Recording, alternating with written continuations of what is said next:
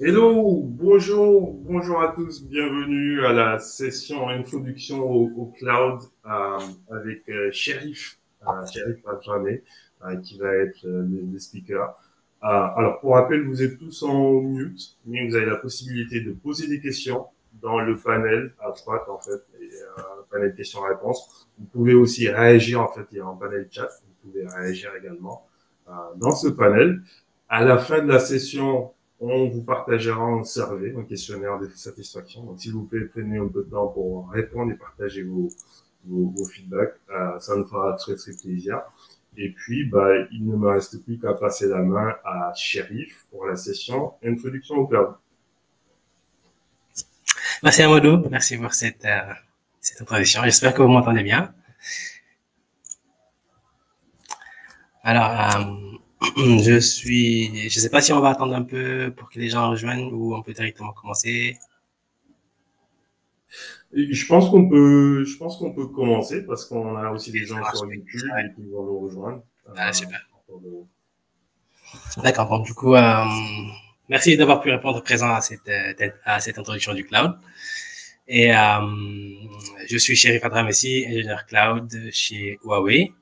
Et sans plus tarder, voici un peu le sommaire.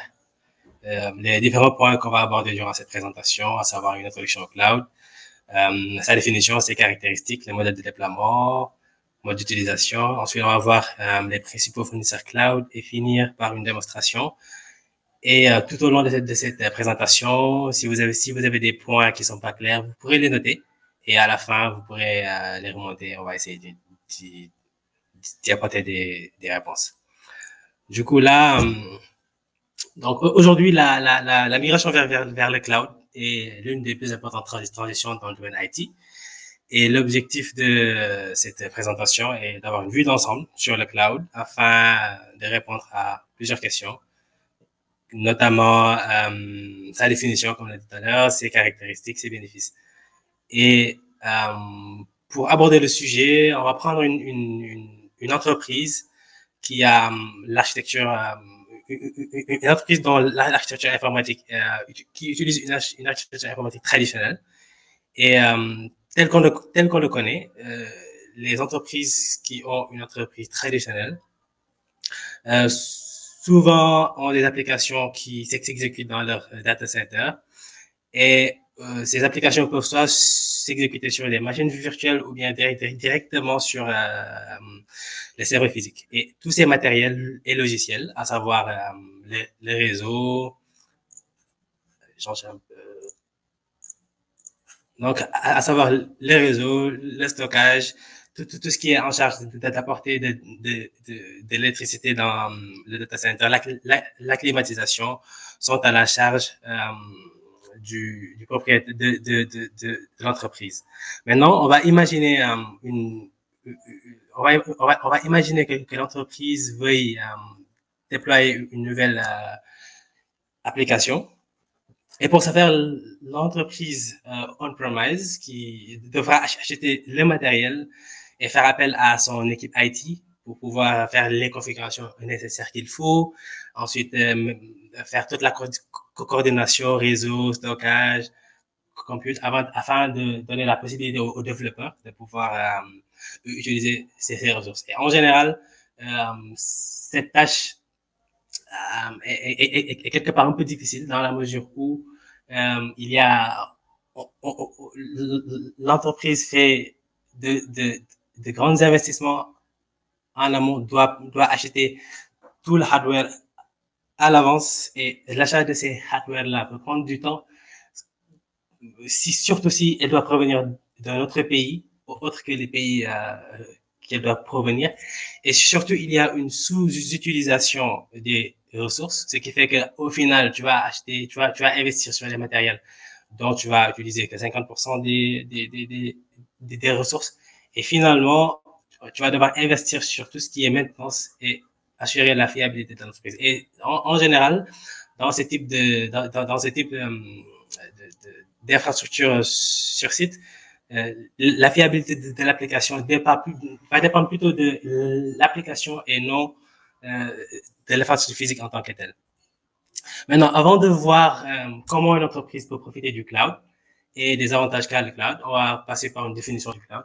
Donc, le cloud, tout simplement, c'est un ensemble de ressources informatiques, à savoir ça peut être du réseau, ça peut être du stockage, ça peut être des serveurs de calcul, des outils pour la sécurité, et c'est un ensemble de ressources informatiques disponibles à la demande à travers Internet et avec un paiement à l'usage. Donc, ça, c'est une définition assez simple. Et ensuite, on va voir les caractéristiques du cloud. L'une des principaux caractéristiques du cloud, c'est le libre service et la notion de à la demande. C'est comme si on va prendre un exemple dans un supermarché. Quand vous rentrez, par exemple, à Auchan ou bien chez un fournisseur, vous pouvez sélectionner des produits en fonction de vos besoins et éventuellement les comparer avec d'autres produits, les prix, la marque, etc. Et donc là, au niveau du cloud, vous pouvez venir choisir les services que vous voulez, la taille, les OS et choisir s'il le faut des différentes applications. Par rapport à la mise en commun, c'est-à-dire qu'ici, les fournisseurs cloud vont mettre à disposition des serveurs qui sont mutualisés afin que plusieurs individuels ou plusieurs entreprises puissent profiter pleinement des ressources du cloud. Et par la suite, on a un déploiement qui est assez rapide. En quelques clics, vous pouvez avoir votre application ou vos serveurs déjà disponibles et prêts à l'utilisation. Par rapport à l'élasticité, c'est que là, vous pouvez, dans le premier temps, configurer votre serveur, on va dire, avec un certain nombre de ressources. Et puis, si vous voyez que, par exemple, il y a un trafic qui augmente ou il y a peut-être une baisse de trafic, vous allez pouvoir ainsi redimensionner votre serveur pour aussi répondre aux besoins. Ensuite, il y a une supervision en temps réel, ce qui vous permet de gérer et de suivre l'utilisation des ressources de vos serveurs, de vos applications qui sont déployées sur le cloud. Et afin de prendre des décisions, s'il faut, peut-être on n'a pas besoin d'un serveur X, peut-être que ce serveur est surutilisé, peut-être que ce serveur est sous-utilisé, etc. Ensuite, quelques avantages du cloud. Alors, on peut avoir la sécurité comme un grand avantage, et ça consiste à garantir la confidentialité, l'intégralité et la disponibilité des données. Ensuite, toutes les données qui circulent sur ces infrastructures cloud sont sécurisées. Et de ce fait, on peut créer donc des infrastructures qui sont la plus sécurisées, tout en sachant que on est toujours propriétaire des données et on peut les migrer, les déplacer, tout en ayant un moindre souci à est-ce que mes données sont sécurisées, est-ce que le transfert est sécurisé. Ensuite, on peut avoir des avantages côté disponibilité, c'est-à-dire qu'aujourd'hui, il y a plusieurs centres de données qui sont répartis un peu partout. Et là, le concept, c'est que notre application qu'on va développer, elle sera divisée. On peut prendre la partie accès, on la met sur un serveur, la partie base de données, on peut la mettre sur un autre serveur, et la partie peut-être intelligence de l'application, on pourra le mettre sur une autre partie. Donc, pour vous dire que vous pouvez donc partitionner des applications sur plusieurs zones de disponibilité. On verra plus tard ce que c'est. Et afin de mieux isoler des problèmes et atteindre de meilleures disponibilités en l'occurrence. On a aussi l'aspect flexibilité. Celle-ci nous donne la possibilité de choisir où on peut déployer nos applications, où on peut exécuter ou déployer nos serveurs. C'est-à-dire que là, on sera plus, on a une entreprise qui est, je vais dire, au Sénégal. Demain, si j'ai des clients qui sont un peu en France ou n'importe où, j'aurai une certaine facilité à remobiliser toute ou bien une partie de mon infra afin de les rapprocher davantage vers mes clients. On a aussi la notion de coût, ce qui fait que ici, on n'a plus besoin de faire des dépenses d'investissement en amont et ces dépenses d'investissement vont être remplacées par des dépenses variables. Ce qui veut dire que c'est au lieu d'investir massivement dans les centres de données et les serveurs, avant de savoir comment on va les utiliser, on ne va que payer les ressources qu'on consomme. C'est-à-dire que là, on ne sera pas là en mesure. On va plutôt éviter le fait d'acheter à des millions de francs ou millions d'euros des ressources dont l'utilisation ne sera que 50% ou bien 20%. Là, on pourra veiller sur de manière précise sur les coûts. Et ensuite, on a la notion d'innovation. C'est que là, on pourra se concentrer sur plutôt les projets qui peuvent créer une réelle différence pour l'activité de l'entreprise. Et on ne va pas forcément se concentrer sur l'infrastructure car cette infrastructure-là est gérée par le fournisseur cloud. On pourra voir ça dans les prochains slides. Ce qui veut dire que là, grâce au cloud, au lieu de se focaliser et de déployer des moyens à se concentrer sur la disponibilité des serveurs, des applications, on va plutôt se concentrer sur les projets, les activités qui vont apporter de la valeur à l'entreprise. Et il y a la notion d'élasticité, comme on l'a vu tout à l'heure, la possibilité de changer, de modifier les configurations des serveurs, des applications, comme on le veut.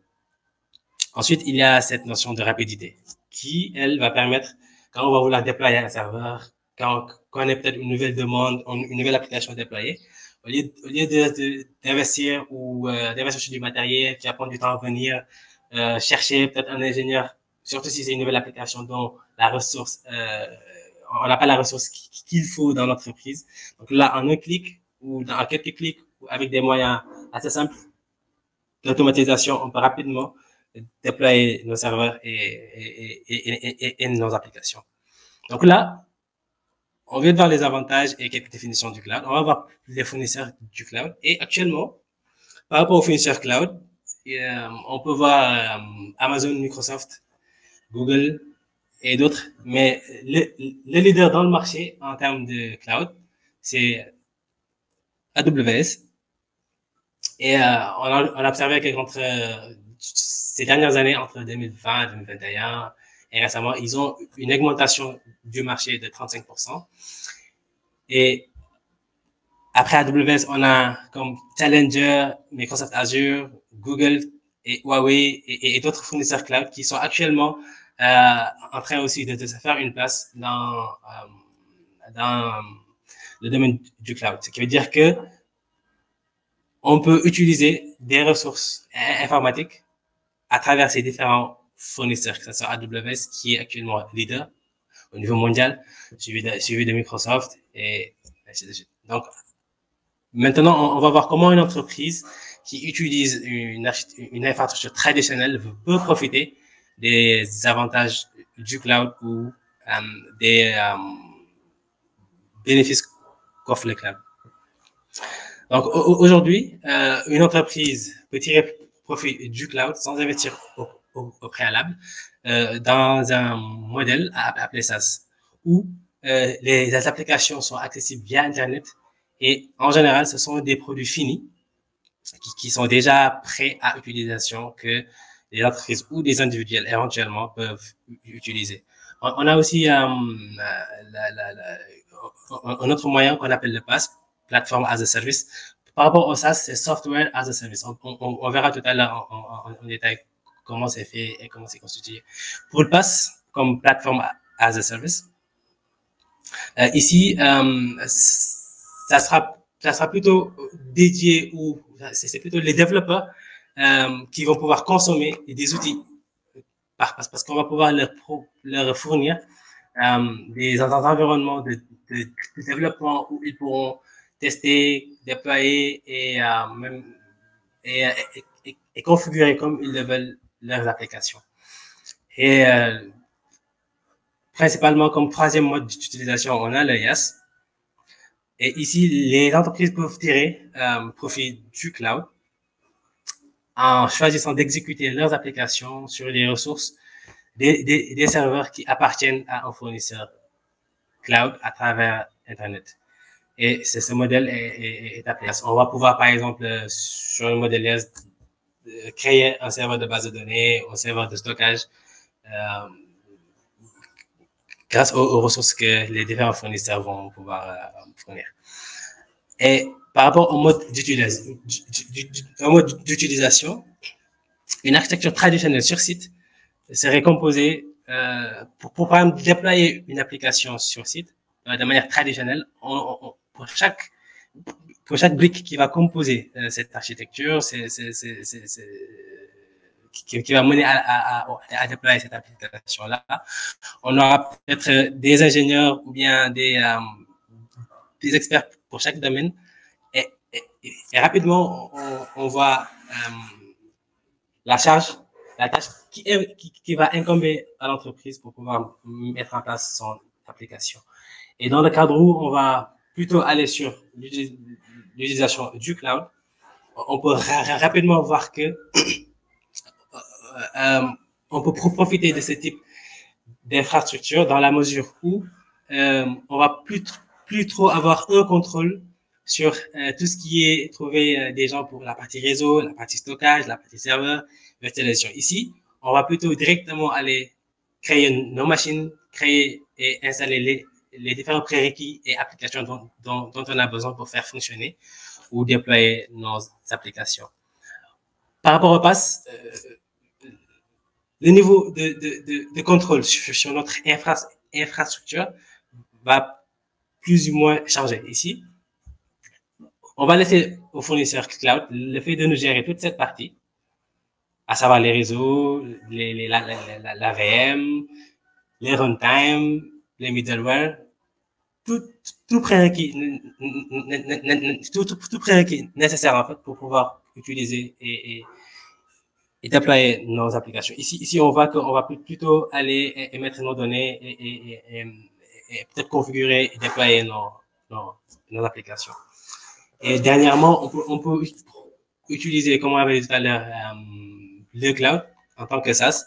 Et dans ce modèle, c'est qu'on va pas se soucier de comment est gérée l'application, où il est déployé, comment c'est configuré. On gère pas les mises à jour.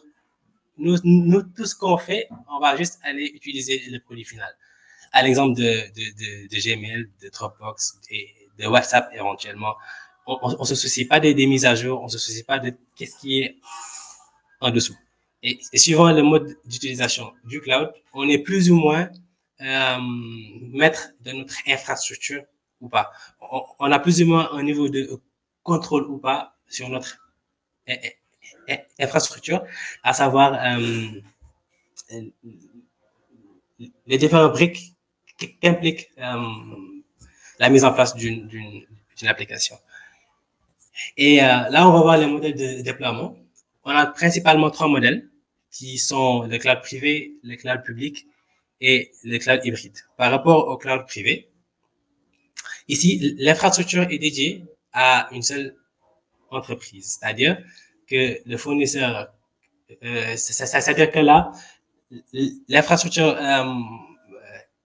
informatique composée de différentes ressources, stockage, réseau, etc., elles peuvent être soit déployées en local chez l'entreprise, ou ça peut être l'infrastructure informatique d'une personne tierce ou d'une entreprise tierce qu'on va louer ou utiliser. Mais la notion de privé ici veut surtout dire que l'utilisation des matériels ou des ressources informatiques n'est pas mutualisée. Elle est spécifiquement dédiée à l'utilisation de l'entreprise. Que cette infrastructure soit en local, près de l'entreprise ou distante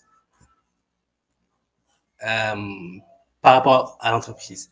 Donc là, pour le cloud public, une application basée sur le cloud public est entièrement déployée dans des serveurs qui appartiennent aux fournisseurs de cloud, comme on l'a vu tout à l'heure, Amazon ou Microsoft ou Google. Donc ici, le concept c'est que on va déployer nos serveurs, utiliser des applications dont les ressources informatiques qu'on va utiliser appartiennent aux fournisseurs cloud dans sa totalité. Et dernièrement, on a un cloud hybride. Et un déploiement hybride, il va permettre de relier une infrastructure et des applications entre des ressources qui sont basées sur le cloud et des ressources existantes qui ne se trouvent pas forcément dans le cloud. Donc, la méthode la plus courante de déploiement hybride consiste à associer une infrastructure sur site, on-premise, et étendre ou développer cette infrastructure-là vers le cloud public, ou notamment chez un fournisseur AWS ou Amazon ou Microsoft. Donc là, on vient de voir les principaux core concepts qui tournent autour du cloud, à savoir sa définition, ses modes de déploiement, ses modes d'utilisation et le niveau de contrôle qu'on a à peu près sur ces différents types. Et là, on va passer à une démonstration avec AWS. On va voir rapidement comment on peut, dans le cadre d'un besoin pour déployer une application, ou bien si on veut créer une machine virtuelle ou un serveur web, par exemple, comment rapidement on peut le mettre en place, comparé à une infrastructure traditionnelle ou sur site, où au préalable, il faut peut-être investir sur le matériel, faire la configuration réseau, mettre les bases de données qui sont associées, ensuite assurer la maintenance, assurer la disponibilité. Donc, on va voir rapidement comment ça se passe en cas de pratique. Et là, on a préféré aller sur AWS. Et cette démonstration va se concentrer sur AWS. Donc, pour le cloud public, ou parmi les différents fournisseurs, les fournisseurs cloud en général, ils ont des data centers qui sont disponibles et déployés un peu partout dans le monde. Et par rapport à AWS, l'infrastructure de AWS ressemble un peu à ceci. Ils ont 99 zones de disponibilité. Ça, on verra tout à l'heure ce que c'est une zone de disponibilité. Mais en bref, une zone de disponibilité, c'est un ensemble de data centers qui sont répartis dans 31 régions. Et AWS a aussi préféré ou mis à disposition plus de 450 points de présence afin de rapprocher le plus possible les ressources aux différents utilisateurs, que ce soit entreprise ou bien une personne ou bien un individuel. Donc là, on peut voir qu'on peut choisir de déployer nos serveurs, déployer nos applications sur tout un ensemble de régions, suivant peut-être où se trouvent nos clients, suivant suivant d'autres aspects que éventuellement on pourra avoir plus tard. Donc là, on va peut-être choisir de déployer notre infrastructure à Paris. Et donc, sur la zone de disponibilité de Paris, il y aura préétabli des centres de données, des data centers où vont tourner la machine virtuelle, par exemple, que je vais créer. Et là, je vais passer aujourd'hui, sur AWS, on a ce qu'on appelle Amazon Elastic Compute Cloud, comme il m'a appelé EC2, qui est un service web qui permet de déployer des ressources, des machines virtuelles dans le cloud. Et ces machines sont redimensionnables. On peut par exemple créer un serveur ou bien une machine virtuelle qui a 8 Go RAM, 2 CPU, 20 Go de disque, et demain vouloir modifier encore cette configuration, à savoir 16 Go RAM, 500 Go de disque, etc. En plus, à des prix abordables, là, on n'est pas obligé d'investir sur le matériel. Là, on va plutôt profiter des avantages qu'offre le cloud en payant en fonction de l'utilisation qu'on va faire. Et ensuite, cette possibilité de créer cette machine virtuelle est faisable partout dans le monde, comme on vient de voir dans l'infrastructure globale. On peut choisir de créer la machine ici ou là. Donc là, je vais switcher sur la console AWS pour montrer un peu comment ça se passe quand on va vouloir déployer un serveur web, par exemple, sur AWS. Donc là, je vais ouvrir. Est-ce que vous voyez toujours mon écran? Allô? Donc là, pour arriver à cette page, je fais Amazon, je peux faire AWS console. Ensuite, cliquer sur Là, je me cancelle et là, je fais se connecter. Donc, je vais faire utiliser Racine, puis mettre mes identifiants et mettre mon mot de passe.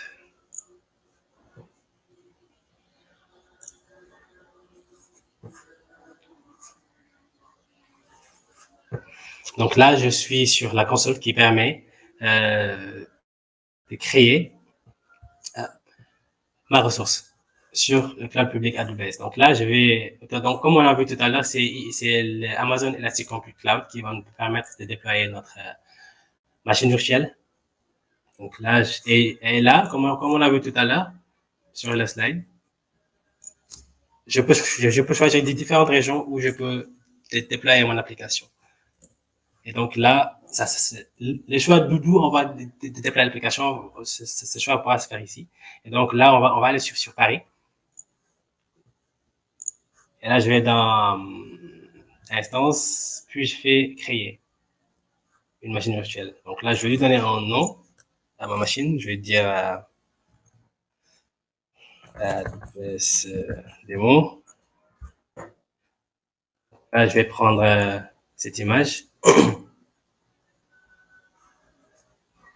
Donc là, je vais pas plutôt aller sur les détails de la configuration de la machine virtuelle. Le but ici est de vous montrer rapidement comment on peut déployer une machine virtuelle rapidement en quelques clics. Donc là, je peux créer une clé qui va me permettre de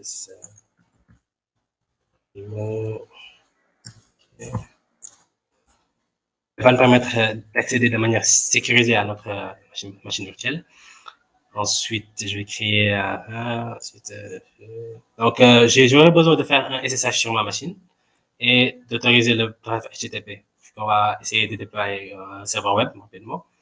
Donc, et toutes les autres configurations, je les laisse par défaut. Et là, je fais create.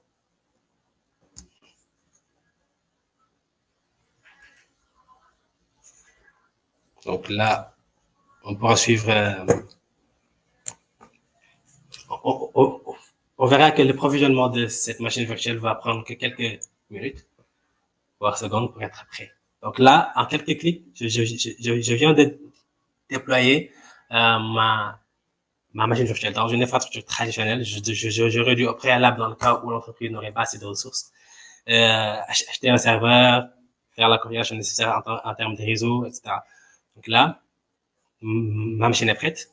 Donc on pourra voir quelques caractéristiques. Donc ici, on peut voir les détails, notamment l'IP, l'aspect sécurité, stockage, etc. Donc là, je vais me connecter sur ma machine.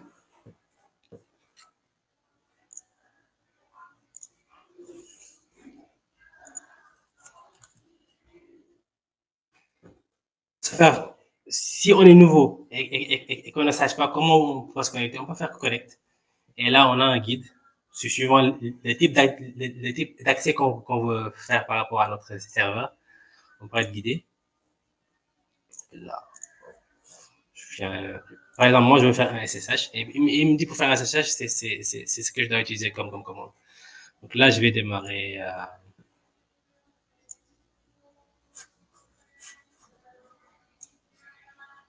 Ouvrir un terminal et aller récupérer ma clé. Donc, je vais copier ma clé. Donc là, j'ai téléchargé ma clé ici. Donc, je vais la récupérer et je la mets ici pour que je puisse l'utiliser. Et là, quand je fais un ls, j'ai accès à voici la clé que je viens de créer. Et là, je peux copier cette commande pour modifier les. Je ne sais pas si vous voyez bien mon écran, je vais zoomer un peu. Ah, voilà.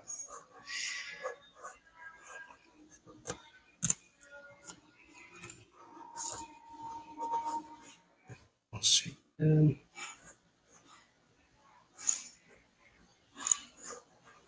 viens copier cette commande qui va me permettre d'accéder à ma machine virtuelle. Donc là, vous voyez, assez rapidement, je viens de me connecter sur ma machine. Je viens de déployer quelques clics. on va tester si la machine a accès à Internet. Donc, toute cette partie d'accès à Internet, toute cette partie de configuration de stockage, je ne la fais pas. C'est le fournisseur cloud qui s'en charge. Moi, je viens et utiliser les types de ressources que je veux. Donc là, je tourne sur le terminal. Ici, je vais installer un serveur web.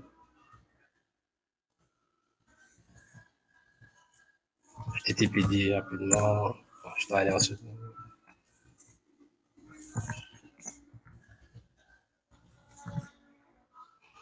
Après.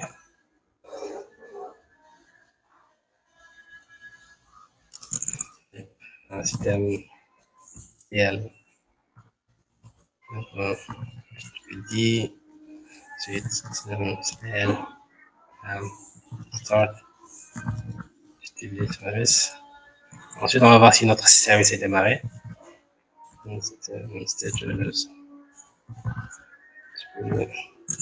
Là, on voit que le service est actif. Et là, je peux aller sur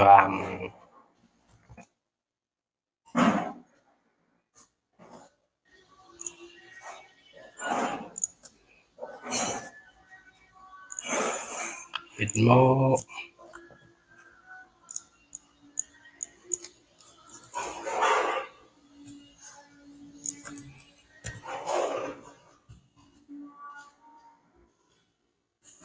Modifier le fichier index pour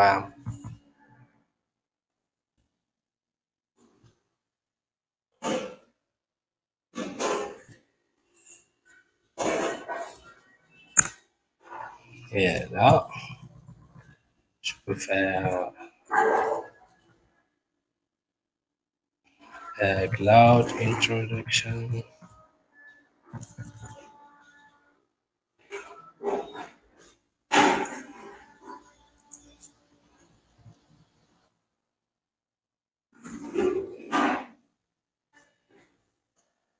Et ici, mettre une deuxième balise de type H2. On va dire comme je le fais, je save. Là, si je fais un système CTL reload. Là, normalement, si je vais sur l'adresse IP de mon serveur web, je dois pouvoir alors accéder à mon serveur web. Donc là, je suis ici.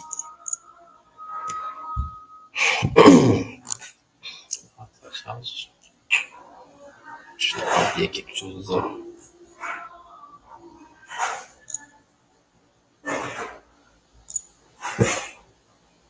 Juste le temps. L'édition DNS. Alors, on peut rapidement voir.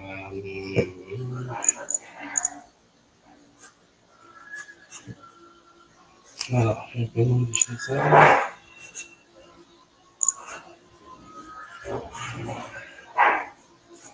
Ok. Alors, ça va.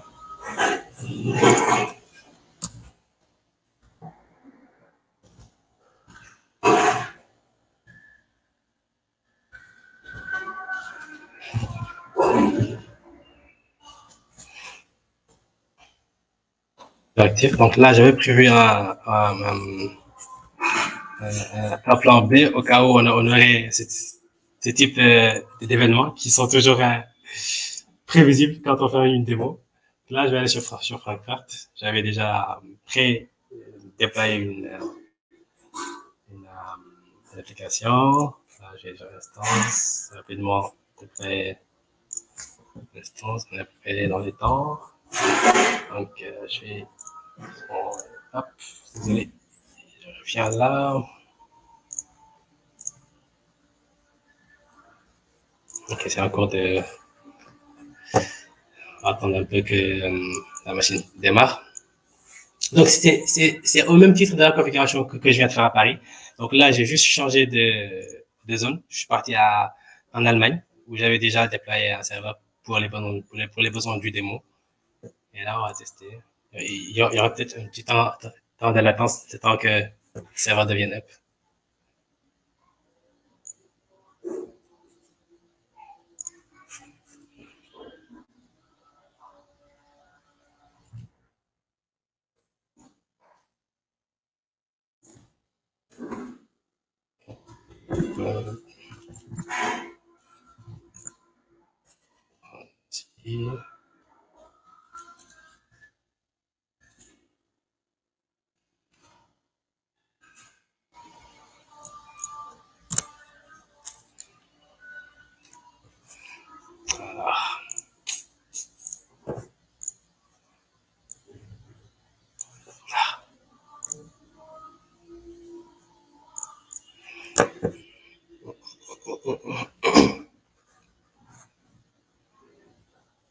Je vais me reconnecter sur mon serveur.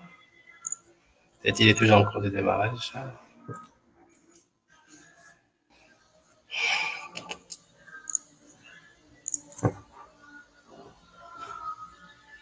Ah. On va tester la connectivité.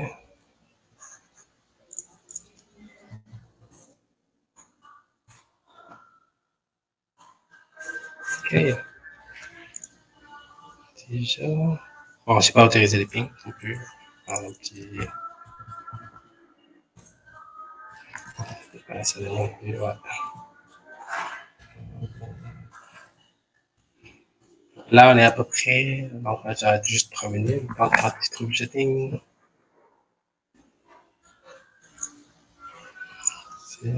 Puis. Ok. Voilà, c'est bon. Là, je dois pouvoir faire le SSH sur mon serveur. Et là, c'est pas changé. D'accord. Donc, je fais ça. Connecter SSH et hop. Donc là, l'adresse n'est pas changée. C'est pourquoi j'arrive plus à me connecter. Donc, je fais SSH. Non, celle-ci.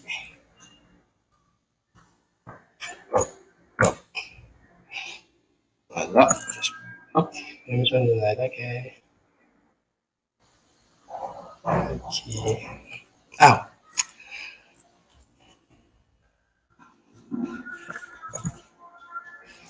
Allez, d'accord. Et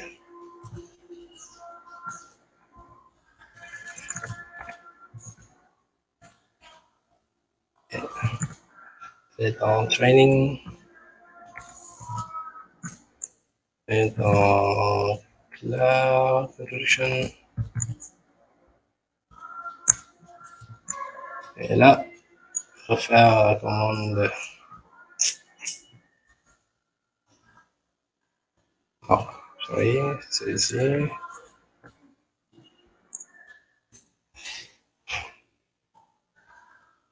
Voilà, je teste si le service est toujours là. Just. Puis là, le service est up. Là, on va se connecter. Je fais ça et je ouvre l'adresse. Voilà.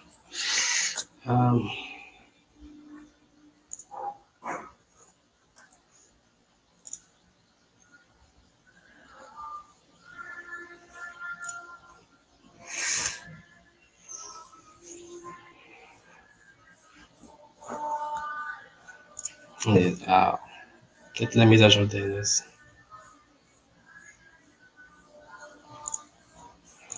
Là, on va voir qu'est-ce qui marche pas.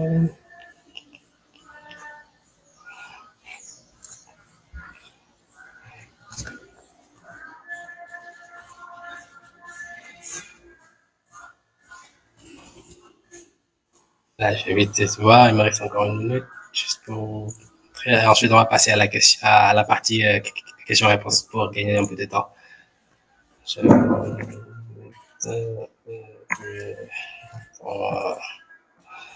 Écrire, je ne suis pas autorisé.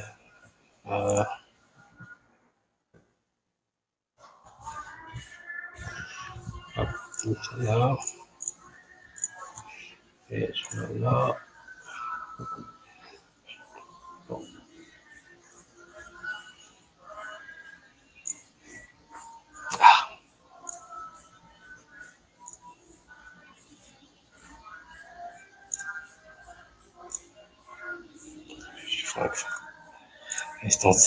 Je revois rapidement mes configs et si ça passe pas, on va passer à la partie questions-réponses. Donc, c'était juste l'idée était plutôt de vous montrer comment on peut créer rapidement un serveur. Donc, vous voyez que j'ai pu accéder à mon serveur et j'ai pu installer des paquets, installer HTTPD et ensuite accéder au serveur. Donc là.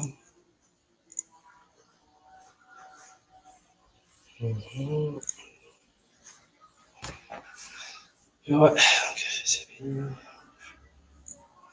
Maybe all traffic. Traffic just for the sake of completeness. Ensuite, c'est le place pour.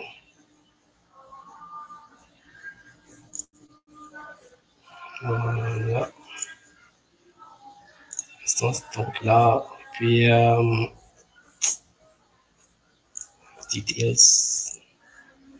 Je copie l'adresse. Je colle. Voilà, là ça marche. On a notre serveur web qui finalement a marché. Donc là, on vient de voir que j'avais modifié le fichier index pour dire Cloud Introduction sur l'autre partie, Session Cloud et un petit Welcome Sherif. Donc voici ce que j'avais à vous partager par rapport au cloud. On peut voir rapidement qu'on peut déployer un serveur web en quelques clics et grâce au cloud, le public. Donc, je vais repartir sur la présentation et on va passer à la partie questions-réponses si éventuellement vous en avez. N'hésitez pas aussi si vous avez aussi des suggestions ou bien des contributions par rapport au cloud, on est ouvert. Bravo, bravo Sherif, bravo, belle présentation et belle démo. Alors, il y avait des questions auxquelles on a commencé à répondre, donc n'hésitez pas, on peut prendre encore une ou deux questions si vous en avez. Et puis ensuite, on va terminer comme ça, vous avez le temps de passer aux sessions suivantes, pour le coup. Et puis le temps, effectivement, qu'il y ait quelques questions, ou pas, parce que la présentation était très claire. Dans le chat, on a mis les liens vers le questionnaire de satisfaction. C'est super important pour nous. Donc, ça prend juste quelques minutes à répondre pour dire ce que vous avez pensé de la session. Donc, très important pour Sherif et pour toute l'équipe. Donc, n'hésitez pas.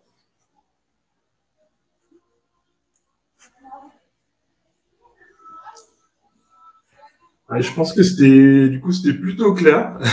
Sherif, bravo à toi. C'est même très clair, je dirais. Merci beaucoup pour cette belle présentation, Sherif.